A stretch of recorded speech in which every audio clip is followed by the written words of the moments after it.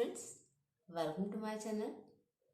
हम लोगों ने रिसर्च को स्टार्ट किया है। एजुकेशन रिसर्च की बात पे हम लोग आगे बढ़ रहे हैं। तो अभी तक जो मैंने आपको बताया था वो मैंने बताया था, एक जनरल सा कॉन्सेप्ट था कि रिसर्च होती क्या है, एक एग्जाम्पल आपको दिया था, और रिसर्च में हम लोग क्या क्या बातें करते हैं या क्या हमारे रिसर्च के फ़ायदे होते हैं, वो सब हम लोगों ने जाना था। रिसर्च का एरिया बहुत ज़्यादा बड़ा है।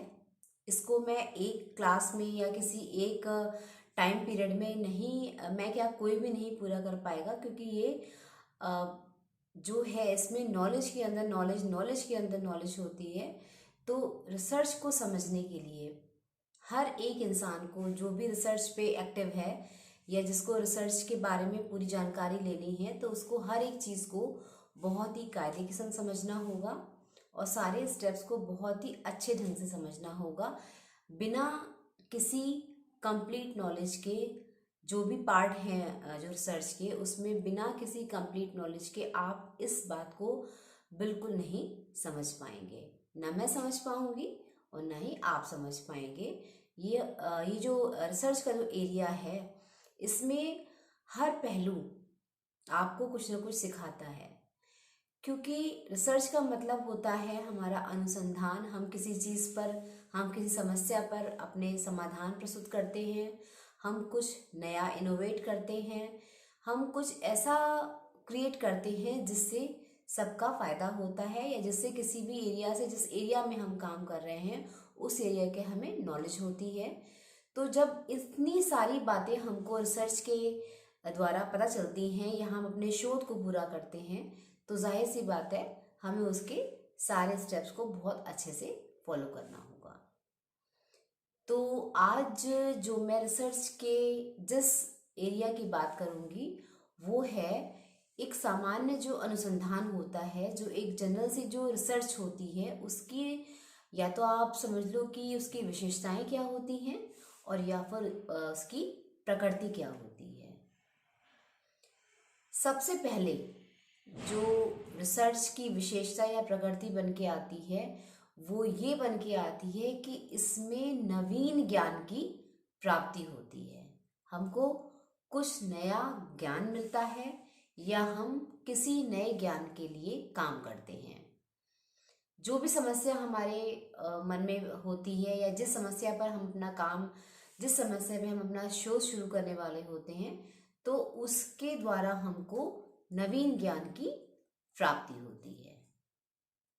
दूसरी बात अनुसंधान की ये होती है कि इसके अंदर हमको सामान्य नियमों और सामान्य सिद्धांतों का प्रतिपादन करना पड़ता है।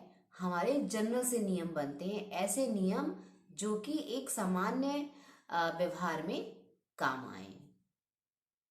तीसरी बात रिसर्च की, एक सामान्य अनुसंधान की ये होती है कि एक तो अनुसंधान पूर्णतया वैध होता है, वस्तुनिष्ठ होता है। इसके जो रिजल्ट्स आते हैं वो पूर्णतया वैध होते हैं और वस्तुनिष्ठ होते हैं।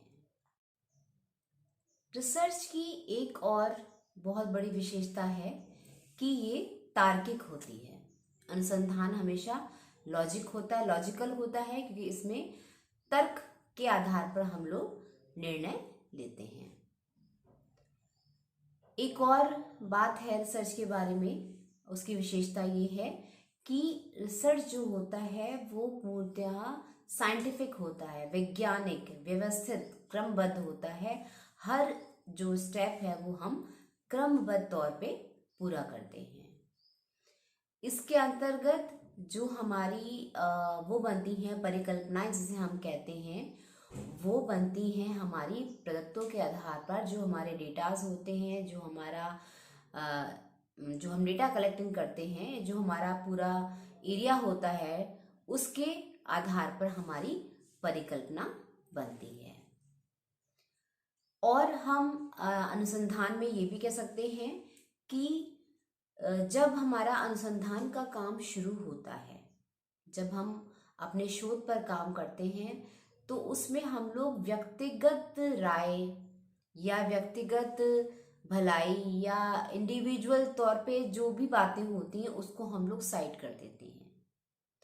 हमारे शोध का कारण या हमारे शोध का करना और उसके परिणाम ऐसे होते हैं जिनसे पूरा एक एरिया को फायदा हो या किसी एक समूह को फायदा हो, या आप कह लो कि जो इस चीज से जो रिलेटेड हैं उन लोगों का पूरा फायदा होना है। किसी एक व्यक्तिगत इंसान या व्यक्तिगत भावनाओं या व्यक्तिगत बातों का हमको ध्यान नहीं रखना होता है।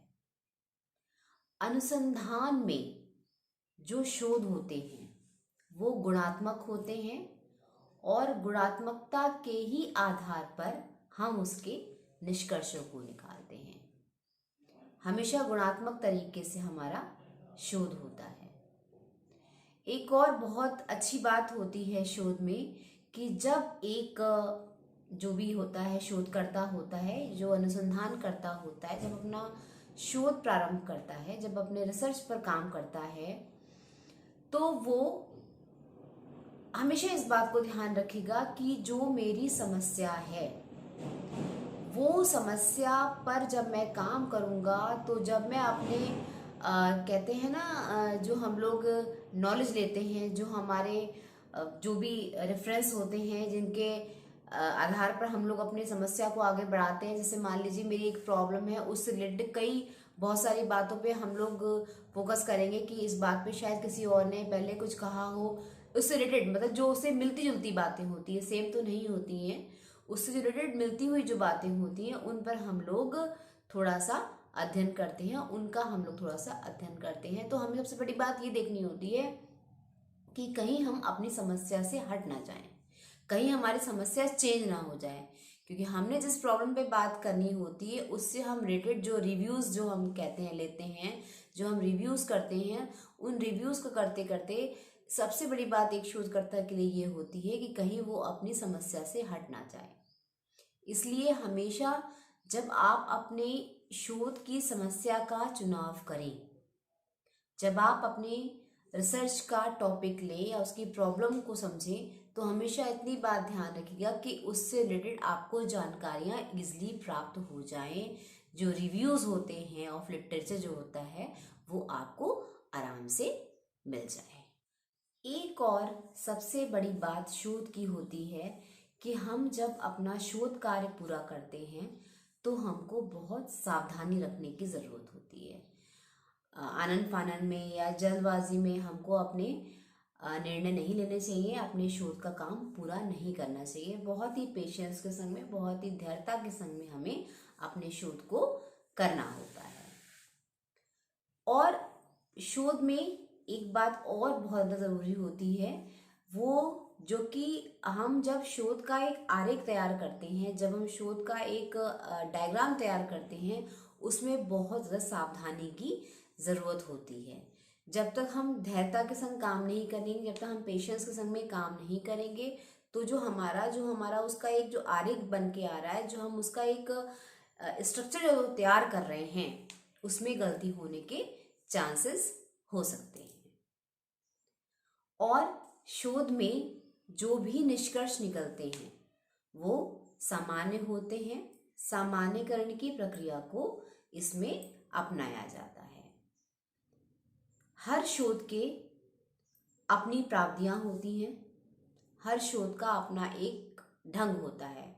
अगर मैं कहूँ कि मेरा कोई जो शोध मैं कर रही हूँ या जो मेरा रिसर्च का एरिया है वो कुछ हिस्टोरिकल लेते हुए है, तो अगर ऐतिहासिक रिसर्च की हम लोग बात करेंगे, उसकी जो स्ट्रेटजी है या उसका जो स्टाइल है, जो भी हमारा प्रक्रिया है वो थोड़ी सी अलग होगी।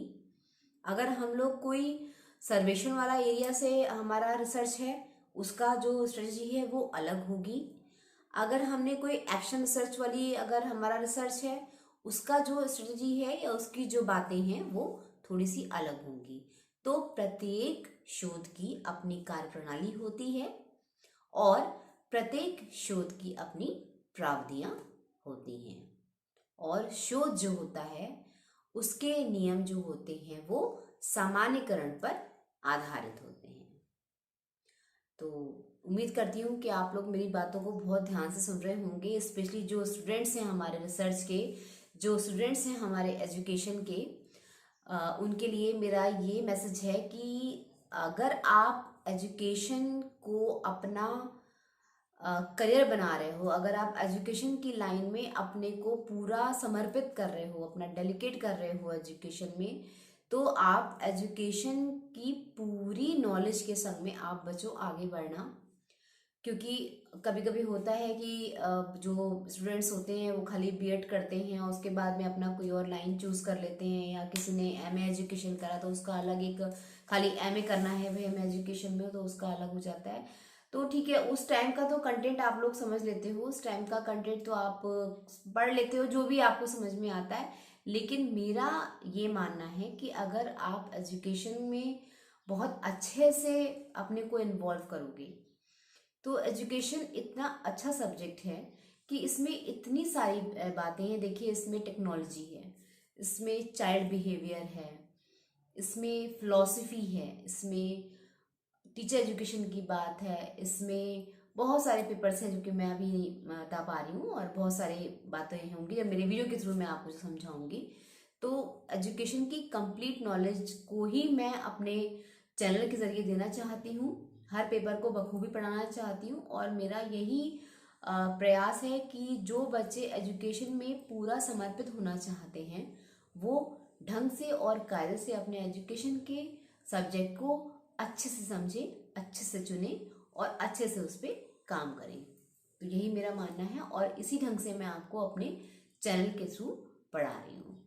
तो जिन्होंने अभी तक मुझे सब्सक्राइब नहीं किया है वो कर लें, क्योंकि आगे आने वाले टाइम में जो एजुकेशन के हर एरिया में, हर एरिया से मैं बात करूँगी, चाहे वो किसी भी एरिया की बात होगी, मैं कंप्लीट एजुकेशन को सपोर्ट करती हूँ। मतलब जो एजुकेशन सब्जेक्ट है, मैं प्रॉपरली ऐसे नहीं करूँगी कि मैं खाली बीएड वाले क्लासेस के लिए फोकस कर रही हूँ, मैं खाली एमएड या एमए एजुकेशन के सब्जेक्ट्स को ले रही हूँ। मेरा मानना है कि एजुकेशन मतलब कंप्लीट एजुकेशन सब्जेक्ट को पढ़ाना। तो इसलिए मैं इस काम को आगे कर रही हूँ, और आई होप आप लोग मुझे पूरा सपोर्ट करेंगे। तो यूं ही मेरे चैनल को लाइक करते रहो, शेयर करते रहो, सब्सक्राइब करते रहो, और पूरे एजुकेशन को समझने की कोशिश करो। Thank you.